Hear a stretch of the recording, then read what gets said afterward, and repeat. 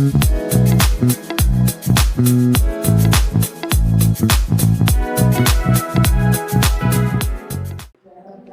Sobat Arta, selamat datang kembali di Aquatic Podcast bersama saya Aldo Saya Mukit.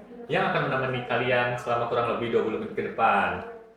Nah, di episode ketiga kali ini kami akan membahas topik yang super penting tapi sering terlupakan, yaitu perikanan politik, siapa yang mengatur, siapa yang diuntungkan. Tentunya kita nggak berdua aja nih, kita udah kedatangan narasumber yang luar biasa, yaitu Kak Amar sebagai Presiden Hima Super Indo. Nah, selamat datang Kak Amar. Halo juga Kak. Apa kabar Kak? Alhamdulillah baik.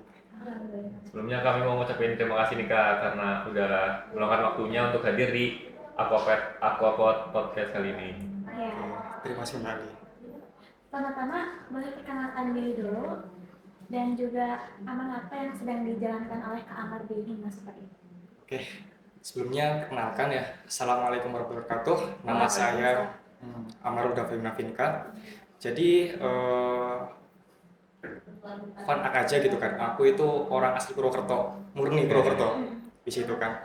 Hanya saja sekarang ini aku berkuliah di Universitas Trunojoyo Madura. Di situ. Dan saat ini sedang diamanahkan untuk menjadi presiden di salah satu organisasi Hima Super Indo. Seperti itu. Berarti Kak Amar itu jadi presiden di himpunan Super Indo ini. Jadi banyak yang masih bingung nih sebenarnya apa sih yang dimaksud dengan politik perikanan, siapa aja aktor-aktornya gitu Pak. Oke, jadi kita coba ulas kata per katanya ya, Oke. biar kita bisa gampang untuk memahami gitu kan. Kita mulai dari politik dulu gitu kan. Apa sih kira-kira politik? Jadi politik itu definisinya macam-macam, tapi di sini karena berhubung waktunya juga cepat juga ya, aku bakal kasih gambaran gampangnya aja gitu kan. Jadi gampangnya itu politik itu suatu cara manusia untuk mengatur urusan bersama seperti itu. Nah, jadi kalau kita kaitkan nih antara politik perikanan, apa sih politik perikanan? Ya gampangnya suatu cara manusia untuk mengatur urusan bersama dalam lingkup keperikanan. Seperti itu. Nangkep ya di sini ya? Iya. Oh ya. Oke. Dan tadi ditanyakan juga tuh siapa aja sih aktornya? Iya, betul. Gitu ya. Oke. Jadi aktornya sebenarnya semua manusia yang terlibat dalam perikanan, bahkan kita sendiri. Seperti itu. Hanya saja di situ dibedakan aktor aktif sama aktor pasifnya di situ. Jadi bedanya tuh di sini. Kalau misal aktor aktif itu mereka yang punya kewenangan atau kuasa untuk membuat kebijakan itu secara langsung di situ. Sedangkan aktor pasif itu mereka yang mempunyai andil tapi persentasenya kecil. Contohnya pastinya kalau misal aktor aktif itu pemerintah di situ kan, pemerintah, terus juga penegak kebijakannya seperti kalau kita tahu gitu kan TNI Angkatan Laut seperti itu, Polair kalau di perairan, terus juga akademisi dan tim riset itu pun juga mempengaruhi di situ seperti itu. Nah, untuk aktor pasifnya di sini itu contohnya ya kayak kita ini gitu kan, kita itu berperan juga loh. Lewat apa? Lewat rantai ekonominya tuh di situ. Pastinya Mbak Salmasnya itu makan ikan. Iya, betul. Ya kan? Nah, di situ. Jadi selamat secara nggak langsung Anda juga menjadi aktor di politik perikanan tuh. Oh, baik. Nah, setelah tahu nih kita udah politik perikanan itu apa dan aktornya nih, bisa diberi contoh nggak tentang apa itu kebijakan perikanan yang dipengaruhi oleh kepentingan politik itu, contohnya seperti apa? Oke. Jadi gini, seperti pada definisi awal ya tentang politik perikanan itu, jadi kan di situ kan dijelaskan bahwa politik itu merupakan suatu cara manusia untuk mengatur urusan bersama tuh di situ. Nah, kita bisa telisik ya kebijakan-kebijakan yang diinisiasi oleh pemerintah itu apakah tujuannya hanya untuk mengatur sekelompok pribadi kah atau golongan secara luas tuh di situ. Jadi kita bisa katakan ya semua kebijakan perikanan gitu kan itu hakikatnya dipengaruhi oleh kepentingan politik, hakikatnya di situ. Hanya saja di situ akan dibedakan kembali gitu kan. politiknya bersih atau keruh nih di situ. Poinnya di situ tuh. Seperti itu.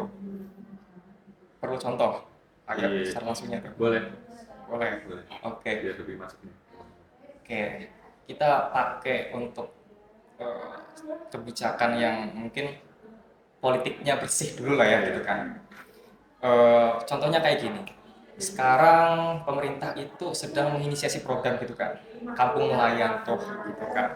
Jadi kan pemerintah berusaha untuk membuat suatu peraturan-peraturan yang mana mengatur untuk supaya kampung-kampung nelayan ini itu mau berdaya tuh di situ. Kita bisa katakan bahwa tujuannya itu baik tuh gitu kan, dampaknya itu untuk kesejahteraan dan keadilan secara luas di situ. Itu yang baik, tapi ada juga gitu kan, karena gak mungkin juga gitu kan eh, kita bakal hidup di negara yang pasti baik-baik saja. Ada juga kebijakan yang mungkin dugaannya itu hanya menguntungkan beberapa pihak tuh. Contoh yang paling gampang kayak kemarin masih fresh juga gitu kan, kasus pagar laut Tangerang itu. Di situ kan kita bisa telisik tuh gitu kan bahwa antara kebermanfaatannya dan juga kemudorotannya itu eh, lebih banyak condong kemudorotannya untuk masyarakat secara luas di situ, dan hanya menguntungkan untuk pengembang-pengembang saja di situ. Pun di situ regulasinya kurang jelas di situ kan. Jadi seperti itu contoh-contohnya. Jadi kayak misalnya ada yang pro atau kontra gitu ya, Pak. Betul di situ. Intinya tergantung gitu kan, tergantung si pembuat kebijakannya itu memakai alatnya atau politiknya ini gitu kan untuk tujuan apa tuh, mensejahterakan atau untuk Kepentingan pribadi. betul sekali gitu. Nah, mungkin kalau dari sisi nelayan tradisional dan industri besar itu dampaknya gimana sih, Kak? Kayak siapa yang lebih diuntungkan gitu dari pertanyaan-pertanyaan sebelumnya? Oke, oke. Jadi kalau misal pertanyaan seperti itu ya sebenarnya kembali lagi tergantung kebijakan yang direalisasi pada saat itu tuh di situ kan dampaknya. Bisa jadi dampaknya itu positif gitu kan untuk nelayan kecil dan juga industri besar. Bisa jadi juga dampaknya itu negatif untuk nelayan kecil dan industri besar tuh. Atau mungkin salah satunya yang positif gitu kan, salah satunya yang negatif tuh di situ. Jadi tergantung untuk kebijakannya. Oke, tak kasih contoh lagi gitu kan. Oke, mungkin contohnya nih yang positif gitu kan. Nilai industri positif, untuk yang industri besar juga positif gitu kan. Contoh tadi tuh yang positif ya salah satunya terkait eh, program kampung nelayan itu di situ. Tuh kita bisa katakan itu positif. Terus contohnya lagi tuh untuk yang positif untuk industri besar. Eh, Sekarang pemerintah juga eh, melalui beberapa literatur yang aku coba untuk dalami gitu kan, bahwa pemerintah sedang berusaha untuk nge-push nih gitu kan pengusaha-pengusaha besar untuk berkontribusi di sektor perikanan. Nah, melalui apa di situ? Pemerintah memberikan suatu insentif gitu kan kepada para pengembang besar tersebut gitu kan, supaya mereka mampu nih gitu kan mengupayakan secara lebih gitu kan untuk memanfaatkan sektor perikanan ini di situ. Terus contohnya lagi kalau misal yang negatif gitu kan, eh tak ambil contohnya tadi lagi gitu kan, bahwa kasus pagar laut Tangerang tuh gitu kan, kita bisa katakan bahwa kebijakannya itu berdampak negatif tuh untuk nelayan-nelayan kecil di situ kan, dan hanya menguntungkan beberapa pihak di situ.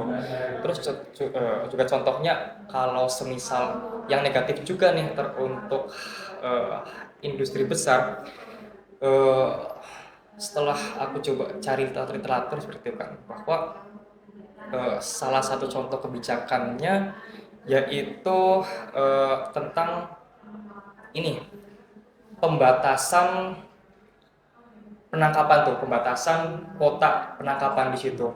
Jadi memang tujuannya baik di situ untuk menjaga supaya sumber daya perikanan itu tetap berkelanjutan di situ. Hanya saja pastinya industri besar nggak berpikir sampai ke sana gitu kan, karena mereka pastinya berpikir hanya aku harus untung sebesar-besarnya di situ kan. Di situ ada semacam rem di situ, dan yang membuat eh, kategorinya jadi minus tuh untuk industri besar seperti itu. Oh, baik-baik. Itu kan dari kebijakan pemerintah ya, nelayan dan industri. Nah, selanjutnya nih, menurut Kak Ahmad, mahasiswa seperti kita ini nih itu perlu nggak sih terlibat dalam advokasi kebijakan ini? Nah, terus kalau misalnya iya, caranya itu bagaimana? Bagaimana cara mahasiswa terlibat? Kayak gitu ya? Ya, merealisasikannya gitu. Iya, Oh gitu. terlibat. Oke.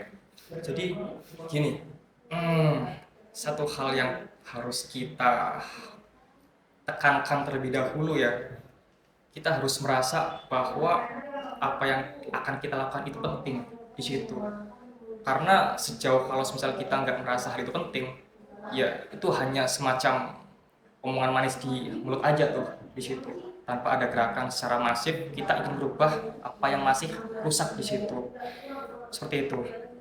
Nah, terus kalau dikata ya, bagaimana cara mahasiswa untuk terlibat dalam aktivitas kebijakan seperti itu? Di zaman kita sekarang ini sebenarnya mudah, jujur mudah. Nggak perlu untuk kita langsung turun ke jalan, demo di depan kantor pemerintahan, nggak perlu juga gitu kan. Dengan caranya apa? Kita memanfaatkan media yang ada di situ. Media sosial. Betul, betul. Mungkin beberapa teman-teman gitu kan berpikir kalau semisal, wah kan cuman aku gitu kan yang bersuara gitu kan. Emang bisa ngaruh. Oke, itu kalau semisal kamu cuma sendiri. Bayangkan jika yang berpikir seperti itu, ya, yang punya pikiran untuk merubah walaupun dengan cara yang kecil, itu ada 100, 1000, 10.000, 1 juta, seperti itu. Bukankah suara itu juga bisa membuat bising tuh? Mungkin orang-orang yang ada di atas tuh. Seperti itu. Simple. Jadi sebagai mahasiswa yang tidak perlu turun ke lapangan pun bisa dalam terlibat dalam advokasi kebijakan dari pemerintah gitu ya. Bisa. Maka dari itu nggak ada kata kayak wah aku nggak bisa gitu kan. Semuanya itu sebenarnya bisa gitu kan. Cuman kitanya mau apa nggak aja gitu. Seperti itu. Mungkin pertanyaan selanjutnya dari bagaimana sih peran organisasi mahasiswa dan komunitas seperti Himanera dalam isu politik kelautan gitu? Bagaimana peran Peran organisasi dan komunitas? Oke, jadi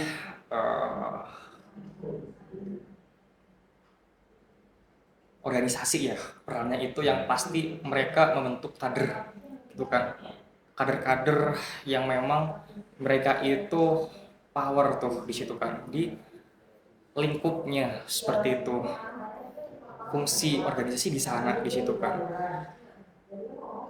Dan yang mana peran ya antara organisasi dan juga komunitas itu bisa dikata berada di tengah-tengah struktur tuh antara struktur atas atau kebijakan, tengahnya ini sebagai penyambung gitu kan, dan struktur yang di bawah ini sebagai masyarakatnya di situ.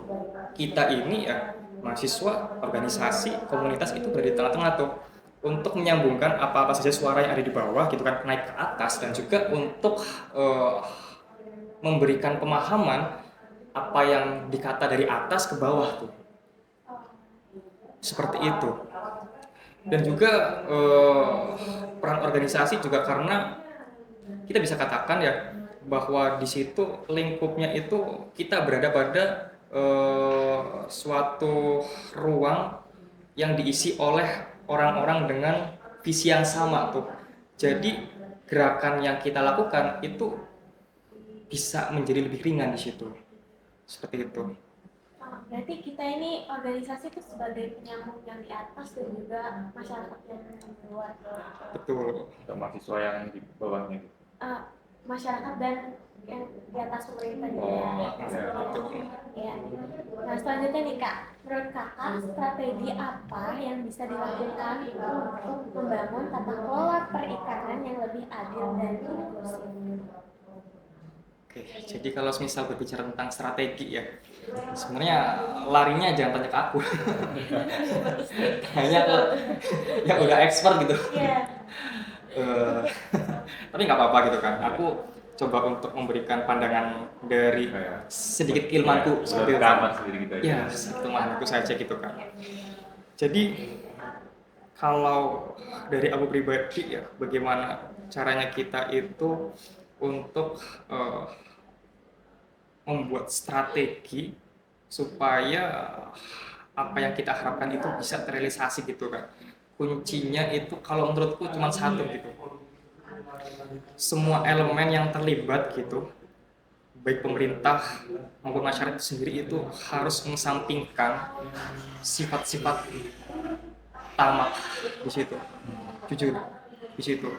Karena aku punya pemikiran kayak gini. Anggaplah eh,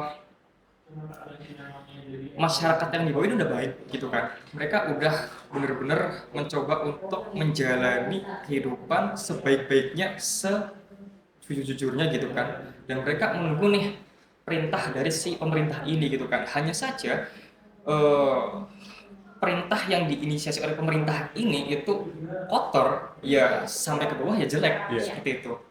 Begitu pula sebaliknya, pemerintah nih udah buat kebijakan yang top banget gitu kan, setop-topnya supaya nih rakyat pada sejahtera tuh.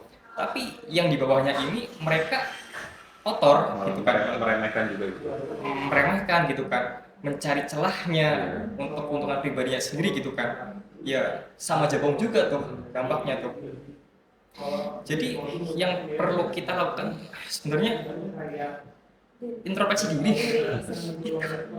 Itu di situ sebagus apapun kebijakan ya, itu nggak bakal terrealisasi dengan baik kalau misal emang dari setiap strukturalnya itu masih kotor tuh. Di situ aku punya pikiran kayak gitu. Tuh sih. Kalau untuk langkah konkretnya ya tanyakan pada dosen-dosen teman-teman aja. Ya, emang lebih sadar diri gitu ya kak. Iya. Dan introspeksi diri. Betul sekali. Kadang emang kita hanya bisa mengkritik yang atas, tapi kita tidak tahu diri kita seperti apa gitu. Nah, betul sekali tuh. Jadi kan kakak sendiri kan udah beberapa kali terlibat di advokasi atau kebijakan perikanan. Ada nggak sih kak pengalaman yang menarik yang bisa diceritakan gitu? Pengalaman menarik ya. Iya, yang terlibat di advokasi. Oke, aku coba untuk ingat-ingat dulu ya. Ini, kalau nggak salah, ya. Jadi pada saat aku masih pembelajaran ya di kelas gitu kan, itu kita dapat tugas tuh dari dosen di mata kuliah sistem informasi perikanan tuh. Dosen kami itu mentugaskan kami gitu kan untuk turun gitu kan dan mendata kira-kira apa sih gitu kan keresahan-keresahan yang dialami oleh masyarakat khususnya nelayan tuh di situ. Berhubung tempatku di UTM itu dekat banget sama pesisir tuh. Jadi kita 2 hari 3 hari itu mencari data lapangan tuh di situ. Nah, kita berangkatlah gitu kan, berangkatlah untuk kita menelisik gitu kan bahasanya. Gimana sih kondisi nelayan-nelayan di situ gitu kan. Apa sih gitu kan semacam kehidupannya, terus juga adakah semacam bantuankah dari pemerintah atau pemberdayaan dari pemerintah seperti itu kan. Dan setelah penelusuran kami yang bisa dikata cukup ribet gitu kan karena kita berhadapan dengan nelayan tuh di situ kan. Pokoknya ada aja lah ceritanya di situ kan. Lucu lah intinya. Satu hal yang kami temukan seperti ini, bahwa dalam pelaksanaan dari pemerintah itu yang turun kepada masyarakat di sana loh ya gitu. Itu kita bisa katakan, kita bisa simpulkan bahwa itu hanya formalitas belaka tuh. Jujur gitu. Pada saat itu topiknya itu terkait bagaimana dari Dinas Perikanan di Bangkalan tersebut itu turun untuk mendata nih gitu kan nelayan-nelayan yang ada di daerah Kamal di situ. Tempat kami mencari datanya tuh di Kamal di situ kan. Terus juga bagaimana juga cara dari dinas ini itu kan untuk mendata hasil tangkapannya mereka seperti itu kan supaya nanti bisa dilaporkan gitu kan masuk ke BPS dan lain sebagainya seperti itu. Dan ternyata setelah kami telusuri cukup panjang itu hanya formalitas belaka tuh di situ. Di singkat cerita gitu kan di dalam penulisan tersebut gitu kan kita mencapai kebuntuan karena kita nggak dapet salah satu poin dalam kuesioner kami itu di situ kan. Kami telisiklah di situ kan. Kami cari-cari kemana arahnya gitu kan. Kita cari ke ketua kelompok nelayannya gitu kan. Mereka ngelemparlah ke pemerintah desa gitu kan. Larilah kita ke pemerintah desa. Lari ke pemerintah desa, kita dilempar lagi ke eh, dinas gitu kan, dinas dari Bangkalan seperti itu. Oke, kita lari lagi ke dinas Bangkalan. Di dinas Bangkalan kita melihat bahwa di situ apa ya, entah hal ini layak untuk disebutkan gitu kan. Di situ kayak bahasanya kerja nggak kerja tuh, kayak gitulah di situ. Jadi kami mencari-cari, loh, kok nggak ada di situ gitu kan.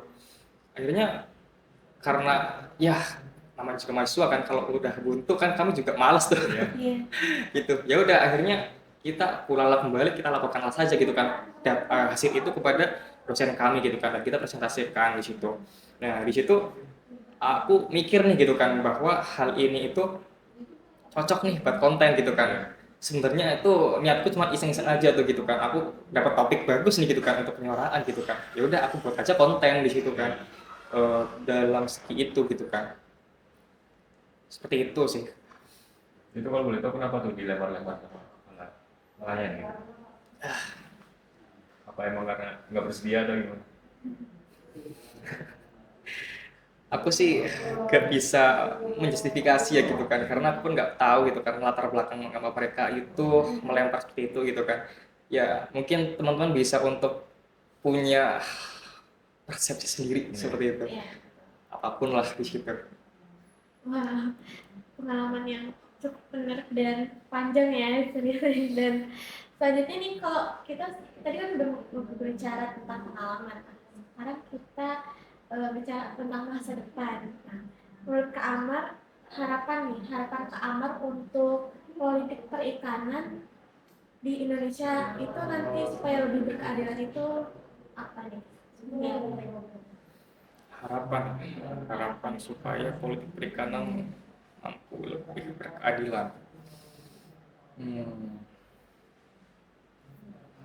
Yang pasti sih ya harapanku untuk yang saat ini gitu kan, untuk yang saat ini eh, semoga saja gitu kan inisiasi-inisiasi yang dicanangkan oleh pemerintah saat ini gitu kan melalui program dari KKP itu sendiri gitu kan, itu memang bisa benar-benar berdampak tuh gitu kan. Aku optimis gitu kan kepada pemerintah saat ini, bukan aku buzzer atau apa loh ya. Iya.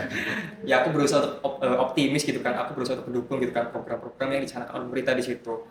Dan sebisa mungkin juga melalui kemampuanku pribadi gitu kan, aku juga bantu nih untuk ikut memberikan suatu pemahaman gitu kan dengan mungkin bahasa yang lebih mudah tuh supaya dimengerti oleh masyarakat tuh. Seperti itu untuk yang sekarang.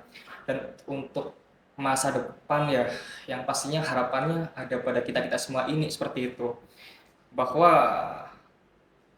kita inilah gitu calon penerusnya di situ. Walaupun kita juga bisa katakan gitu agak miris juga gitu kan sektor kelautan perikanan ini. Kenapa kok seperti itu? Kita bisa ketahui bersama kalau misal 2/3 dari luas Indonesia itu sendiri itu perairan, betul? Betul. Betul.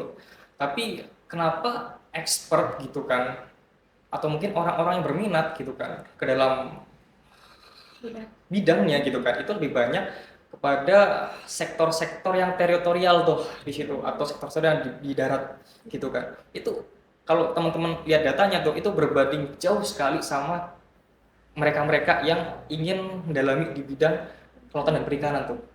Jauh sekali, padahal luas kita lebih luas nih gitu di situ. Jadi kita perlu nih gitu kan untuk mempersiapkan diri kita gitu kan untuk mampu menjadi pemimpin-pemimpin yang baru, teknokrat yang baru gitu kan di sektor ini seperti itu. Itu sih. Oke, pertanyaan terakhir nih Kak. Kayak ada pesan nggak buat mahasiswa MSP khususnya biar lebih melek politik perikanan gitu sejak masih kuliah? Oke. Ya, ini suruh kata-kata ya. Iya, sedikit sama. Suruh kata-kata. Aku coba sampaikan dengan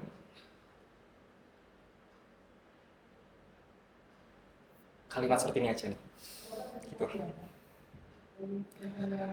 Eh, rindu tetes embun di pelupuk cemara yang nun jauh pada puncak gunung pun akan sampai pada muara, terus bertumbuh atau mati kemudian.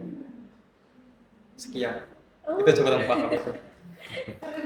Luar biasa insight yang udah di Kak Amar berikan buat podcast ini. Terima kasih. Sebelumnya terima kasih banyak udah hadir dan berbagi pengalaman di Sama-sama. podcast kali ini. Nah, semoga obrolan kali ini bisa membuka mata Sobat Arpas semuanya bahwa politik itu nggak jauh dari kita loh. Politik itu sebenarnya dekat dari kehidupan kita sehari-hari. Nah, sekian Aquapod kali ini. Saya Mukit, Saya Aldo. pamit undur diri. Sampai Sampai jumpa jumpa di di Aquapod selanjutnya. selanjutnya. Bye-bye.